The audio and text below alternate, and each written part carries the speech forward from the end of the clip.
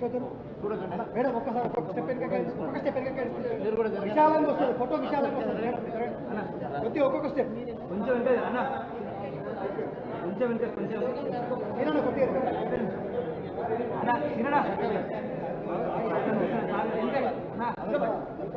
కొంచెం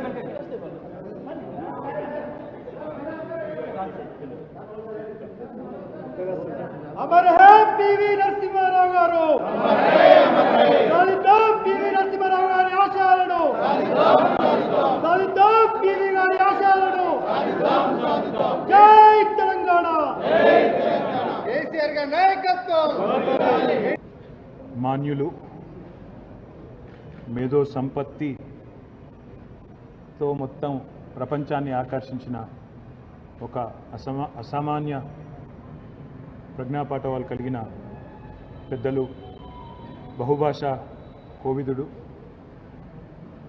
మన తెలంగాణ బిడ్డ వింధ్యా పర్వతాలను దాటి మొట్టమొదటిసారి హస్తినాపురంలో ప్రధానమంత్రి పీఠాన్ని అధిష్ఠించిన మొట్టమొదటి దక్షిణాది నాయకుడు పాములపర్తి వెంకట నరసింహారావు గారి 103వ జన్మదిన ఉత్సవాన్ని ఈరోజు తెలంగాణ భవన్లో మా సహచరులు పెద్దలు మాజీ మంత్రివర్యులు శ్రీ జగదీశ్వర్ రెడ్డి గారు, శ్రీ కొప్పుల ఈశ్వర్ గారు, శ్రీ మహమూద్ అలీ గారు, అదేవిధంగా మాజీ పార్లమెంట్ సభ్యులు కవిత గారు, శాసన మండలి సభ్యురాలు టీవీ గారి ముద్దుల బిడ్డ చెప్పినట్టుగా అతలాకుతలమై ఆర్థికంగా దెబ్బతిని ప్రమాదపు అంచున ఉన్న దేశానికి ఆనాడు 1991లో ఒక ప్రమాదకరమైన పరిస్థితుల్లో ఆనాడు ఆర్థికంగా పతనమైన పరిస్థితుల్లో ఒక ప్రధానమంత్రి పదవి అధిష్ఠించడం జరిగింది.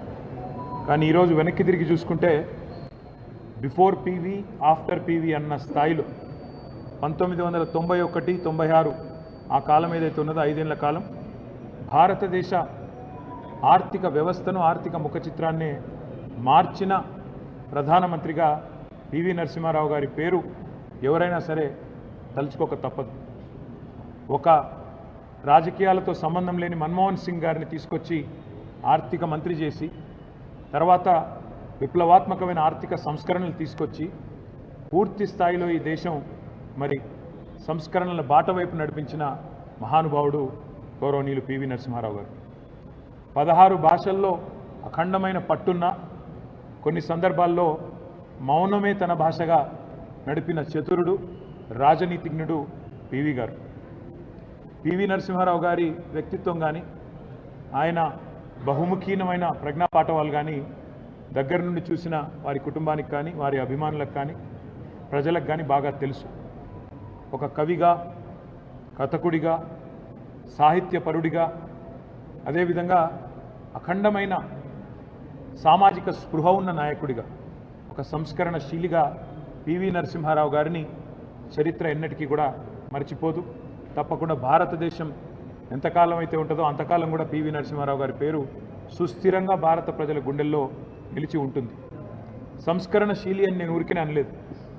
ఆనాడు ముఖ్యమంత్రిగా భారతదేశమే అచ్చరు పొందే విధంగా తాను స్వయంగా పెద్ద భూస్వామ్య కుటుంబం నుంచి వచ్చిన తన సొంత భూమి 100 ఎకరాలు, దాదాపు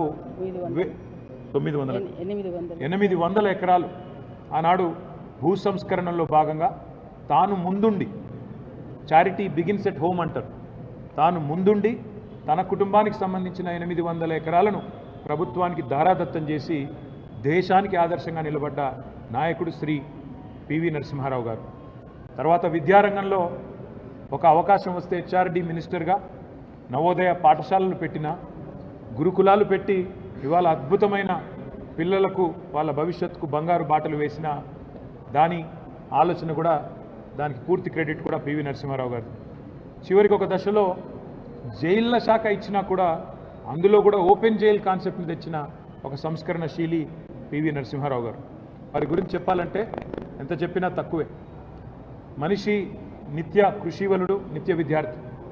దాదాపు 85 ఏళ్ల వయస్సులో ఆనాడు కంప్యూటర్లను నేర్చుకోవాలనే తపనతో కంప్యూటర్ విద్యను కూడా అభ్యసించిన ఒక నిత్య విద్యార్థి పివి నరసింహారావు గారు.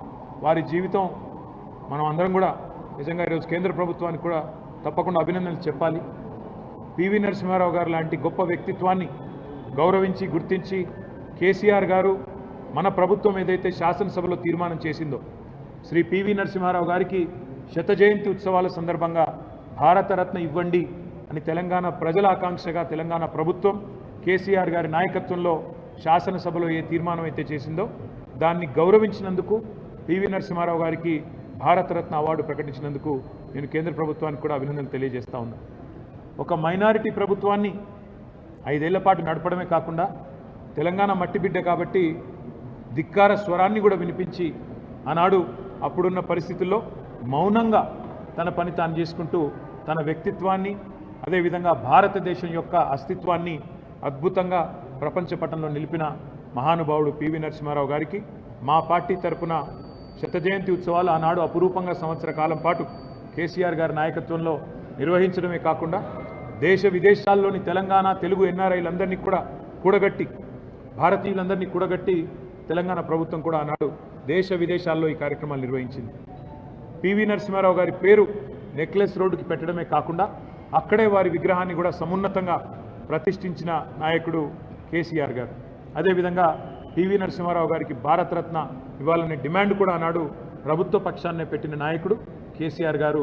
నేను మీ అందరికీ ఈ సందర్భంగా ధన్యవాదాలు కూడా తెలియజేస్తూ పివి నరసింహారావు గారి జీవిత చరిత్రను వివిధ పార్శ్వాలను తప్పకుండా కేంద్ర ప్రభుత్వం కూడా ఎన్సీఈఆర్టీ పుస్తకాలలో పాఠ్యాంశాలలో కూడా చేర్చి భవిష్యత్ తరాలకు కూడా తప్పకుండా గుర్తుండిపోయే విధంగా స్ఫూర్తినిచ్చే విధంగా ఆ మహానుభావుని గౌరవించాలని చెప్పి కూడా కేంద్ర ప్రభుత్వానికి కూడా మా తరఫున మా పార్టీ తరఫున విజ్ఞప్తి చేస్తూ ఈరోజు ఈ కార్యక్రమంలో హాజరైన ప్రతి ఒక్కరికి కూడా పేరు పేరున ధన్యవాదాలు, నమస్కారాలు.